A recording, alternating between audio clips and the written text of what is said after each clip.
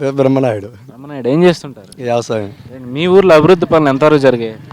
గతంలో వైఎస్ రాజశేఖర రెడ్డి ఉన్నప్పుడు సిమెంట్ రోడ్లు ఇవన్నీ పోసుకున్నాము. ఇప్పుడున్న ప్రభుత్వంలో ఏం పోసారో మాకు తెలియదు, కానీ ఈ గ్రామస్తున్నే కాబట్టి చూస్తున్నాను. అవి పోస్తారు కాబట్టి చూస్తున్నాం. కాబట్టి ఇప్పుడు అంతకుముందు గతంలో పోసిన సిమెంట్ రోడ్లు అన్నీ అయిపోయినాయి. కాంట్రాక్ట్ బిల్లు మొత్తం కంప్లీట్ అయిపోయినాయి. ఇంకెక్కడి నుంచి ఎవరు పోస్తుంది అనేది, ఏం పోస్తుంది అనేది తెలియదు. ఇంక దీంట్లో ఇంకేం పనులు జరుగుతాయి అనేది చూడాలి.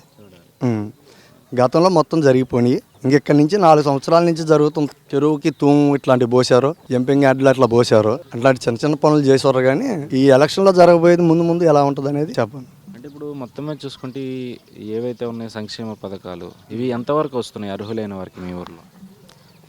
ప్రస్తుతానికైతే ఇప్పుడు ఇస్తారు. మొన్న డాగ్రా గ్రూప్ రుణమాఫీ అనేది ఏదో ఇచ్చారు, చెక్కులు ఇచ్చారు. అది ఇచ్చెళ్ళారు ఊళ్ళో. దానివల్ల మనం ఏమనకూడదు, అది ఇచ్చేశారు. కాకపోతే మళ్ళీ ఏదో మొన్న రుణమాఫీ అనేది చెప్పలేదు, కానీ డాగ్రా రుణమాఫీ మటుకు ఇచ్చేశారు. చంద్రబాబు గారి విషయానికి వస్తే ఒకేసారి దాదాపు రాష్ట్రంలో 4 లక్షల పైచీలకు ఎన్టీఆర్ గృహ పథకం కింద ఇళ్ళని ప్రారంభం చేయడం జరిగింది. మరి ఈ పథకం కింద మీ ఊర్లో ఎంతమందికి అర్హులైన వారికి వచ్చాయంటారు ఇల్లు? ఇప్పుడు ఎవరికి వచ్చి ఉన్నాయి ప్రస్తుతానికి? మేము పెట్టున్నాం. మేము వైఎస్ఆర్ పార్టీ టీడీపీలో పెట్టినాం. నా ఇల్లు కూడా ఇస్తారని ఆశతో ఉన్నాను. అడిగితే వస్తాయిరా అంటున్నారు. కానీ ఇప్పటికైతే ప్రస్తుతానికి లేవు. ఇస్తారని కూడా గ్యారెంటీ మనం చెప్పలేము. తనంటే మటుకు డెఫినెట్గా చూద్దాం. ఇస్తే మటుకు నేను కూడా చంద్రబాబు నాయుడు కోటేశాను. అంటే ఇప్పుడు చూసుకుంటే 4 లక్షల పైచీలకు ఇళ్లను ప్రారంభం చేశారని చెప్తున్నారు. దాని మీద మీ అభిప్రాయం ఏంటి? అసలు ఇంత ముందు చేసారా, ఇప్పుడు చేస్తారా? చేసున్నదైతే ఏది మా ఊర్లో ఎవరో ఒకరికి వచ్చి ఉంది. కాబట్టి ఇంక ప్రస్తుతానికి ఎవరికి అట్లా టీడీపీ హయాంలో ఇక్కడ కట్టిన వాళ్ళు ఎవరు? మరి పింఛన్ల విషయం చూసుకుంటే ఇదొకటి మీద ఇప్పుడు రెట్టింపు చేసి ఇస్తున్నారు. అసలు దాని మీద మీ అభిప్రాయం? గతంలో 4 సంవత్సరాల నుంచి ఉంది ప్రభుత్వం. 4 సంవత్సరాల నుంచి ప్రభుత్వం ఉంది కాబట్టి ఈ 4 సంవత్సరాల్లో ఇప్పుడు దాకేమి ఇలా. కానీ నిన్నగాక మొన్న అయితే మటుకు అంత చెక్కులు ఇయటం కానీ అదావిడి చేస్తారు. ఇది ఇంకా ముందు అట్లాగనే గతంగా నడుస్తూ ఉంటే పెద్దలు ముసలి మంచిదే. ఇంకా మధ్యలో మళ్ళీ ఈ ప్రభుత్వం మళ్ళీ పడిపోయిందంటే వచ్చే ప్రభుత్వం కూడా మళ్ళీ ఎంత ఇస్తాడో వాడు ఇస్తాడో ఈడో, ఏ అమలు చేసిందా మళ్ళీ వాడు ఇస్తాడో ఈడో. సరే ఇస్తాడు అనుకో, ఇది ఇట్లా చేయటం కూడా మంచిదే. ప్రతి ఒక్కరికి ముసలి వాళ్ళకి 2000 రూపాయలు అంటే మంచిది. అది మీ ప్రస్తుతం ఉన్న ఎమ్మెల్యే పనితీరు ఎలా ఉంది మొత్తం మీద చూసుకుంటే? ఎమ్మెల్యే గారు అంటే ఇప్పుడైతే ఈ ఏరియాకి రావటం మనం చూడలేదు, ఎవరు చూడడం కూడా చూడలేదు. కాకపోతే వస్తుంటారు పోతుంటారు అనేది. మొన్న కూడా రాలేదు. గ్రామాల్లో ఫుల్ బిజీ ఉంటాయి కదా, ఎలక్షన్ మూమెంట్ అయ్యా రాలేకపోయి ఉంటుంది. చూసుకుంటే రాష్ట్రంలో ఇప్పుడు 3 పార్టీలు ఉన్నాయి, తెలుగుదేశం కానీ, జనసేన కానీ, వైసీపీ కానీ. మీ నియోజకవర్గంలో ఈ 3 పార్టీల మధ్య పోటీ ఎలా ఉండబోతుంది అంటారు?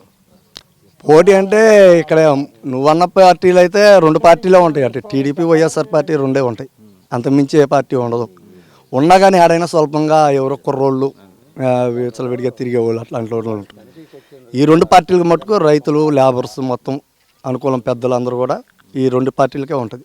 ఇంకా బీజేపీ అనేది, జనసేన అనేది మటుకు ఇక్కడ లోకల్గా తిరిగే కుర్రోళ్ళు ఇట్లా వాళ్ళు ఉంటారు. అంటే ఈ 2 పార్టీల్లో కూడా ఏది ఎక్కువ ఉంటుంది అంటారు? ఇక 2 ఉంటాయి. ఆ రెండిట్లో ఏది ఎక్కువ ఉంటుంది అంటారు? ఇంకా పార్టీ అంటే మటుకు నేను చెప్పే అభిమానాలు వైఎస్ఆర్ పార్టీ కంటే మనం అనుకూలంగా ఉన్నాం కాబట్టి మాకు వైఎస్ఆర్ పార్టీ వచ్చుదని మనం అనుకుంటాం. నమస్తే అండి, మీ పేరండి?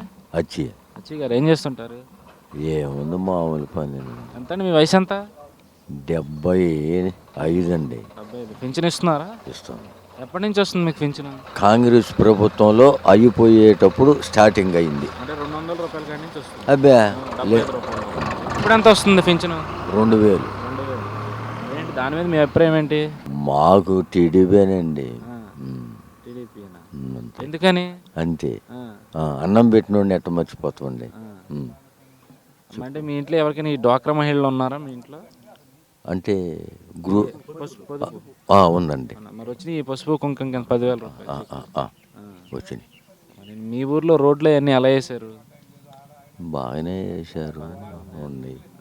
బాగానే ఉంది. మీ ఎమ్మెల్యే గారు తెలుసా మీకు? వస్తుంటారు ఎప్పుడైనా ఇక్కడికి? వస్తారులేండి, ఎందుకు రాడు. ఎలా చేస్తున్నారు ఆయన పని? ఎలా చేస్తున్నారు ఆయన? బాగానే చేస్తుండాలండి. అందరూ బాగానే ఉండాలండి. ఈ ఇతర పార్టీలు అన్నీ అనవసరం పార్టీలు. ఈ మామూలుగా ఏంటంటే లోకల్గా ఏదో రూపాయికి పాలు మాలిన మాటలే. కానీ అసలు శాశ్వతంగా చేయాలంటే పునాది శాశ్వతం కానీ మనం కర్ణం ఉద్యోగం తక్కువ జీతాల్లో కర్ణం ఉద్యోగం చేస్తుంటే మనం ఏమంటాం, నా కొడుకు ఇంజనీర్ కావాలో సూపర్వైజర్ కావాలనుకుంటాం. అసలు పునాది ఎవరు? ఆయనేగా. ఆయన రాసిందేక పైకి పోయేది. కలెక్టర్ చేసినదే, జమీందారు చేసినది. ఎప్పుడైనా అదే కావాలి కానీ మనకి ఇవన్నీ ఏందేలేండి, కాలక్షేపనండి.